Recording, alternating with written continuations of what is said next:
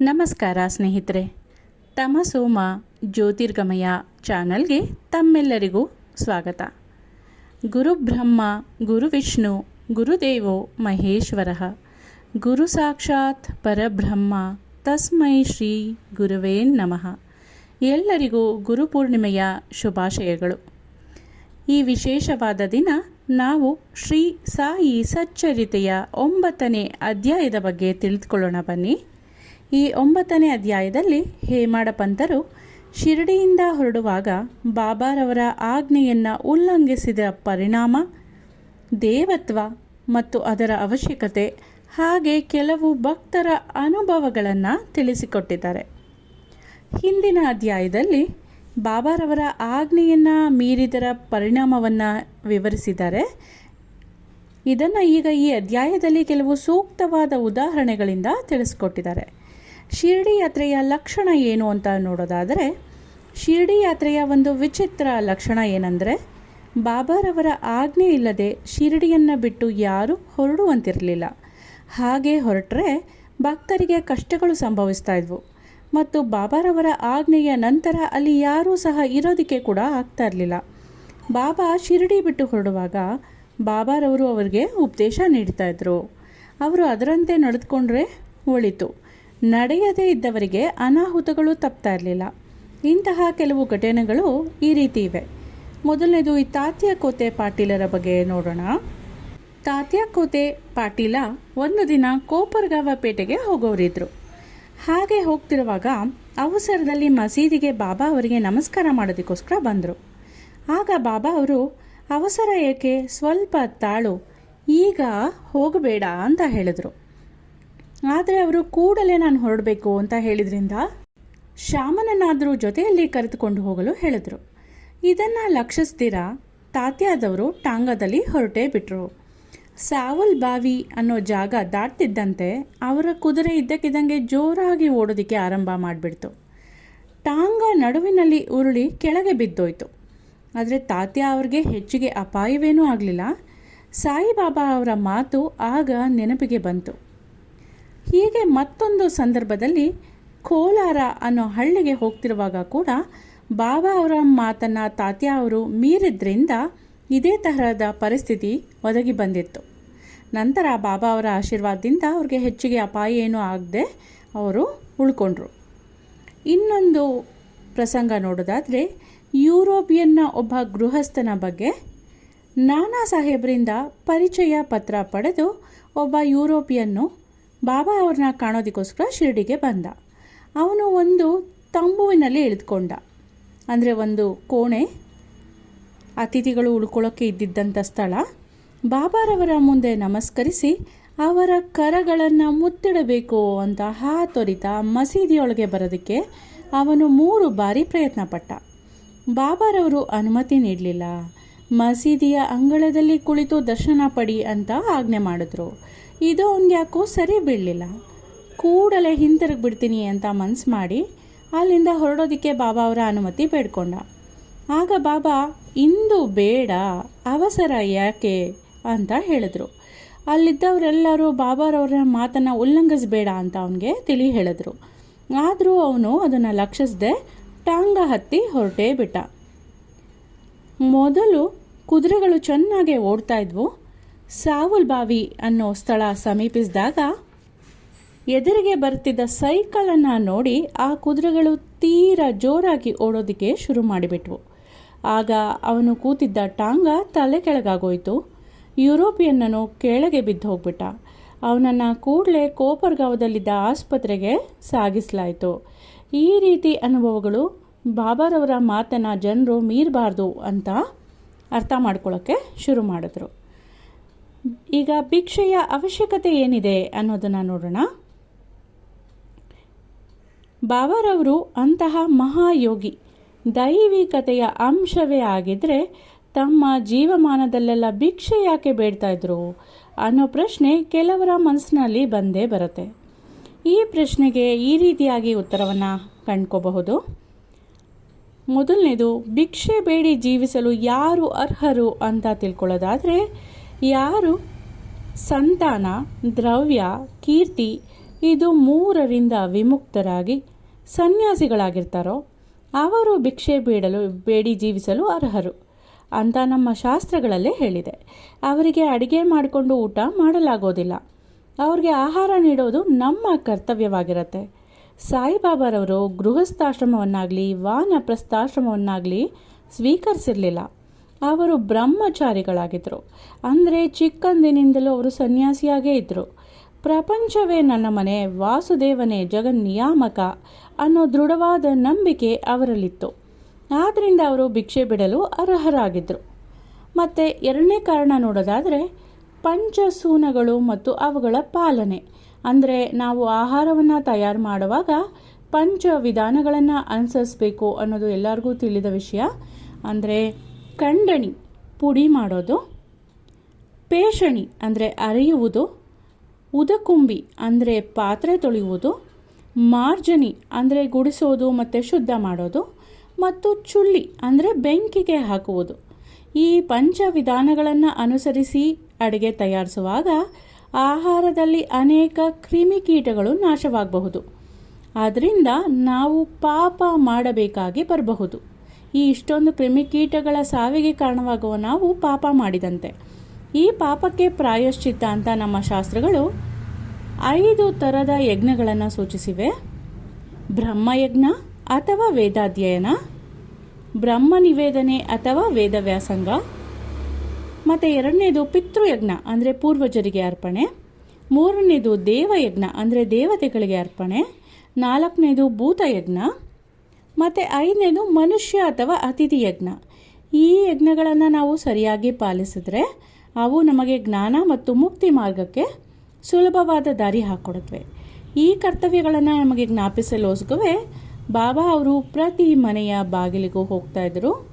ಅವರಿಂದ ಈ ರೀತಿಯಾದ ಪಾಠ ಕಲಿತವರು ನಿಜಕ್ಕೂ ಧನ್ಯರು. ಕೆಲವರು ಭಕ್ತರ ಅನುಭವಗಳು. ಯಾರು ಒಂದು ಪ್ರತಿಫಲ ಅಥವಾ ಉದಕ ಇವುಗಳನ್ನು ನಿರಂತರ ಪ್ರೀತಿಯಿಂದ ನನಗೆ ಅರ್ಪಿಸುವರೋ ಅಂಥವರ ಪರಿಶುದ್ಧವಾದ ಪ್ರೇಮವನ್ನು ನಾನು ಸದಾ ಮನಪೂರ್ವಕವಾಗಿ ಸ್ವೀಕರಿಸ್ತೀನಿ ಅಂತ ಶ್ರೀಕೃಷ್ಣ ಭಗವದ್ಗೀತೆಯಲ್ಲಿ ಹೇಳಿದ್ದಾನೆ. ಹೀಗೆ ಬಾಬಾರವರಿಗೆ ಏನಾದರೂ ಒಂದು ಪದಾರ್ಥವನ್ನು ಭಕ್ತಿಯಿಂದ ಅರ್ಪಿಸ್ತೀನಿ ಅಂತ ಮನಪೂರ್ವಕವಾಗಿ ಹೇಳಿಕೊಂಡು ನಂತರ ಅದನ್ನು ಮರ್ತೋದ್ರೂ ಕೂಡ ಬಾಬಾ ಅವರು ಅದನ್ನು ಜ್ಞಾಪಿಸಿ ತೆಗೆದುಕೊಳ್ತಾ ಇದ್ರು ಮತ್ತು ಅಂಥ ಭಕ್ತರಿಗೆ ಆಶೀರ್ವದಿಸ್ತಾ ಇದ್ರು. ಈ ಥರದ ಅನೇಕ ಘಟನೆಗಳು ಕೂಡ ಜರುಗಿವೆ. ಈ ಥರದ ಒಂದು ಘಟನೆಯ ಬಗ್ಗೆ ತಿಳ್ಕೊಳ್ಳೋಣ ಬನ್ನಿ. ಇದು ತರ್ಕಡ ಅನ್ನೋರ ಕುಟುಂಬಕ್ಕೆ ಸೇರಿದಂಥ ಒಂದು ಘಟನೆ. ಬಾಬಾ ಸಾಹೇಬ ತರ್ಕಡ ಪ್ರಾರ್ಥನಾ ಸಮಾಜಕ್ಕೆ ಸೇರಿದ ಬಾಬಾರವರ ದೃಢ ಭಕ್ತರಾಗಿದ್ದರು. ಅವರ ಪತ್ನಿ ಮತ್ತು ಮಗ ಇಬ್ಬರೂ ಸಹ ಬಾಬಾರವರ ಪರಮ ಭಕ್ತರಾಗಿದ್ದರು. ಮೇ ತಿಂಗಳಲ್ಲಿ ಶಾಲೆಗೆ ರಜೆ ಇತ್ತು. ಆಗ ಕುಮಾರ ತರ್ಕಡ ಮತ್ತು ಅವನ ತಾಯಿ ಶಿರಡಿಗೆ ಹೋಗಬೇಕು ಅಂತ ಮನಸ್ಸು ಮಾಡಿದ್ರು. ಆದರೆ ಬಾಲಕ ತರ್ಕಡ ತಾನು ಮತ್ತು ತನ್ನ ತಾಯಿ ಶಿರಡಿಗೆ ಹೊರಟೋದ್ರೆ ಮನೆಯಲ್ಲಿ ಬಾಬಾ ಪೂಜೆ ನಿಂತು ಹೋಗ್ಬಿಡತ್ತೆ. ತಂದೆಯವರು ಪ್ರಾರ್ಥನಾ ಸಮಾಜವಾದಿಗಳಾಗಿದ್ದರಿಂದ ಬಾಬಾರವರ ಫೋಟೋಗೆ ಅವರು ಪೂಜೆ ಮಾಡೋದಿಲ್ಲ ಅಂತ ತಿಳ್ಕೊಂಡು ಮನೆಯಲ್ಲಿ ತಾನು ನಿರಂತರವಾಗಿ ಮಾಡ್ತಿರೋ ಬಾಬಾ ಪೂಜೆ ನಿಲ್ಲಬಾರದು ಅಂತ ಯೋಚಿಸಿ ಶಿರಡಿಗೆ ಹೋಗೋದಕ್ಕೆ ಒಪ್ಪಲಿಲ್ಲ. ಆಗ ಅವರ ತಂದೆಯವರು, ಇಲ್ಲ, ನಾನು ಈ ಪೂಜೆ ಮಾಡ್ತೀನಿ, ನೀನು ಚಿಂತೆ ಮಾಡಬೇಡ, ನೀನು ಶಿರಡಿಗೆ ಧೈರ್ಯವಾಗಿ ಹೊರಡು ಅಂತ ಆಶ್ವಾಸನೆ ನೀಡಿದ್ರಿಂದ ತಾಯಿ ಮಗ ಇಬ್ಬರು ಒಂದು ಶುಕ್ರವಾರ ರಾತ್ರಿ ಶಿರಡಿಗೆ ಪ್ರಯಾಣ ಬೆಳೆಸಿದ್ರು. ಮರುದಿನ ಶನಿವಾರ ಶ್ರೀ ತರ್ಕಡರವರು ಬೆಳಗಿನ ಜಾವ ಎದ್ದು ಸ್ನಾನ ಮುಂತಾದವುಗಳನ್ನ ಮುಗಿಸ್ಕೊಂಡು ಬಾಬಾರವರ ಫೋಟೋದ ಮುಂದೆ ನಿಂತ್ಕೊಂಡು, ಬಾಬಾ, ನನ್ನ ಮಗ ನಿಮಗೆ ಹೇಗೆ ಸೇವೆ ಮಾಡ್ತಿದ್ನೋ ಅದೇ ರೀತಿ ನಾನು ಈ ದಿನ ನಿಮ್ಮ ಸೇವೆ ಮಾಡ್ತೀನಿ. ಅದು ಕೇವಲ ತಮಾಷೆ ಆಗದಿರಲಿ, ಅಂದರೆ ನನಗೆಷ್ಟು ತಿಳಿದೆಯೋ ಅಷ್ಟು ಮಟ್ಟಿಗೆ ಮಾಡ್ತೀನಿ ಅಂತ ಹೇಳಿ ಆ ದಿನ ಪೂಜೆ ಸಲ್ಲಿಸಿ ಸಕ್ಕರೆಯನ್ನು ನೈವೇದ್ಯವಾಗಿ ಅರ್ಪಿಸಿದ್ರು. ನಂತರ ಪ್ರಸಾದವನ್ನು ಎಲ್ಲರಿಗೂ ಊಟದ ಜೊತೆ ಕೊಟ್ಟರು. ಆ ದಿನ ಸಂಜೆ ಮತ್ತು ಮರುದಿನ ಭಾನುವಾರ ಸಹ ಅದೇ ರೀತಿ ಆಚರಣೆ ಮಾಡಿದ್ರು. ಅವರಿಗೆಂದು ಈ ಥರದ ಪೂಜೆ ಮಾಡಿ ಅಭ್ಯಾಸವಿರಲಿಲ್ಲ. ಆದರೂ ತಮ್ಮ ಮಗನಿಗೆ ವಚನ ಕೊಟ್ಟಂತೆ ಎಲ್ಲವೂ ಸಾಂಗವಾಗಿ ನೆರವೇರ್ತಿರೋದನ್ನು ಕಂಡು ಅವರ ಮನಸ್ಸಿನಲ್ಲಿ ದೃಢತೆ ಮೂಡಿತು. ಮಂಗಳವಾರ ಬೆಳಗ್ಗೆ ಸಹ ಪೂಜೆ ನೆರವೇರಿಸಿ ಅವರು ಕಚೇರಿಗೆ ಹೊರಟರು. ಮಧ್ಯಾಹ್ನ ಮನೆಗೆ ಬಂದು ಊಟಕ್ಕೆ ಕುಳಿತಾಗ ಬಾಬಾರವರ ಪ್ರಸಾದ ಇರಲಿಲ್ಲ. ಅಡುಗೆಯವರು, ಸ್ವಾಮಿ, ಈ ದಿನ ತಾವು ಸಕ್ಕರೆಯನ್ನು ನೈವೇದ್ಯ ಮಾಡಲು ಮರೆತು ಬಿಟ್ಟಿದ್ದೀರಾ ಅಂತ ಹೇಳಿದರು. ಕೂಡಲೇ ತರ್ಕಡರವರು ಬಾಬಾರವರ ಫೋಟೋದ ಹತ್ತಿರ ಹೋಗಿ ನಮಸ್ಕಾರ ಮಾಡಿ ಕ್ಷಮೆ ಬೇಡಿದ್ರು. ಹಾಗೆ ಆ ದಿನವೇ ಅವರ ಮಗನಿಗೆ ಬಾಬಾರವರಿಂದ ತಮ್ಮ ಅಪರಾಧ ಕ್ಷಮೆ ಮಾಡೋದಕ್ಕೆ ತಿಳಿಸ್ಬಿಡು ಅಂತ ಹೇಳಿ ಒಂದು ಪತ್ರವನ್ನು ಬರೆದ್ರು. ಅದೇ ಸಮಯ ಮಂಗಳವಾರ ಶಿರಡಿಯಲ್ಲಿ ಮಧ್ಯಾಹ್ನದ ಆರತಿ ಆರಂಭ ಆಗೋದ್ರಲ್ಲಿತ್ತು. ಬಾಬಾರವರು ಶ್ರೀಮತಿ ತರ್ಕಡರವನ್ನ ಕುರಿತು, ತಾಯಿ, ಈ ದಿನ ಏನಾದರೂ ತಿನ್ನಬೇಕೆಂದೆನಿಸಿ ಬಾಂದ್ರಾದಲ್ಲಿ ನಿಮ್ಮ ಮನೆಗೆ ಹೋಗಿದ್ದೆ. ಮನೆಗೆ ಬೀಗ ಹಾಕಿತ್ತು. ಹೇಗೋ ಒಳಗೆ ಪ್ರವೇಶಿಸಿ ನೋಡಿದೆ. ಆದರೆ ತರ್ಕಡರವರು ನನಗೋಸ್ಕರ ಏನನ್ನೂ ಇಟ್ಟಿರಲೇ ಇಲ್ಲ. ನಾನು ಅತೃಪ್ತನಾಗಿ ಹಸಿವಿನಿಂದ ಹಿಂತಿರುಗಿದ್ದೀನಿ ಅಂತ ಹೇಳಿದರು. ಶ್ರೀಮತಿ ತರ್ಕಡರವ್ರಿಗೆ ಇದರ ಅರ್ಥ ಆಗಲಿಲ್ಲ. ಯಾಕಂದರೆ ಬಾಬಾ ಅಲ್ಲಿಯೇ ಇದ್ದರು. ಆದರೆ ಅವ್ರಿಗೆ ಮಗನಿಗೆ ಮಾತ್ರ ತಕ್ಷಣ ಇದರ ಅರ್ಥ ಆಯಿತು. ಅವರ ತಂದೆ ಅಲ್ಲಿ ಪೂಜೆಯಲ್ಲಿ ಏನೋ ಲೋಪ ಮಾಡಿರಬೇಕು ಅಂತ ತಕ್ಷಣ ತಿಳಿದು ಹೋಯಿತು. ಕೂಡಲೇ ಅವರು ಬಾಂದ್ರಾದಲ್ಲಿ ಪೂಜೆ ಸರಿಯಾಗಿ ನೆರವೇರಿಲ್ಲ ಅಂತ ಯೋಚನೆ ಮಾಡಿ ಬಾಂದ್ರಾಗೆ ಕೂಡಲೇ ತಿರುಗಿ ಹೊರಟು ಬಿಡ್ತೀನಿ ಅಂತ ಬಾಬಾರವರ ಅನುಮತಿ ಬೇಡ್ಕೊಂಡ್ರು. ಬಾಬಾರವರು ಅದನ್ನು ನಿರಾಕರಿಸಿ ಇಲ್ಲಿಯ ಪೂಜೆಯನ್ನು ನೆರವೇರಿಸು ಅಂತ ಹೇಳಿದರು.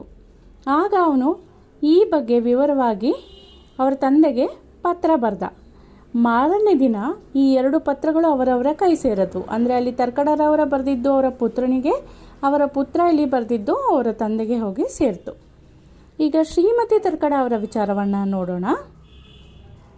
ಅವರು ಈ 3 ಆಹಾರ ಪದಾರ್ಥಗಳನ್ನು ಪ್ರತಿದಿನ ಬಾಬಾ ಅವರಿಗೆ ಅರ್ಪಿಸ್ತಿದ್ರು. ಅದು ಬರೀತ, ಕಾಚರಿ ಮತ್ತು ಪೇಡೆ.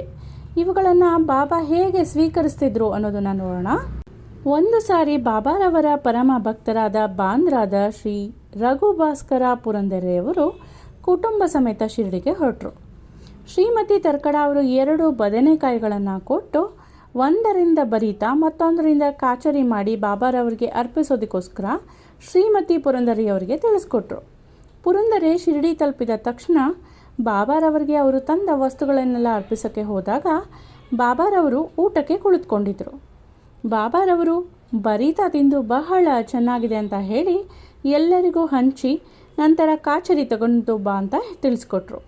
ರಾಧಾಕೃಷ್ಣ ಮಾಯಿಯನ್ನು ಕರೆದು ಅವಳಿಗೆ ಕಾಚರಿ ತಯಾರು ಮಾಡಿ ತರಲು ಹೇಳಿದ್ರು. ಆದರೆ ಆಗ ಬದನೆಕಾಯಿ ಮೋಸಮ್ ಇರಲಿಲ್ಲ. ಬರೀತ ಯಾರು ತಂದರೆಂದು ವಿಚಾರಿಸಿದ ಮೇಲೆ ಅದನ್ನು ಒದಗಿಸಿದ ಶ್ರೀಮತಿ ಪುರಂದರಿಯವರಿಗೆ ಬದನೆಕಾಯಿ ಒಪ್ಪಿಸುವ ಜವಾಬ್ದಾರಿ ಇದೆ ಅಂತ ಎಲ್ಲರೂ ಮನಗಂಡ್ರು. ಅಂದರೆ ಅವರು ಆ ಬದನೆಕಾಯಿನ ಕೊಡೋದಕ್ಕೆ ಮರೆತು ಬಿಟ್ಟಿದ್ರು. ಅದರಿಂದ ಅವ್ರಿಗೆ ಅದನ್ನು ಪುನಃ ಬಾಬಾರವರು ಜ್ಞಾಪಿಸಿದರು.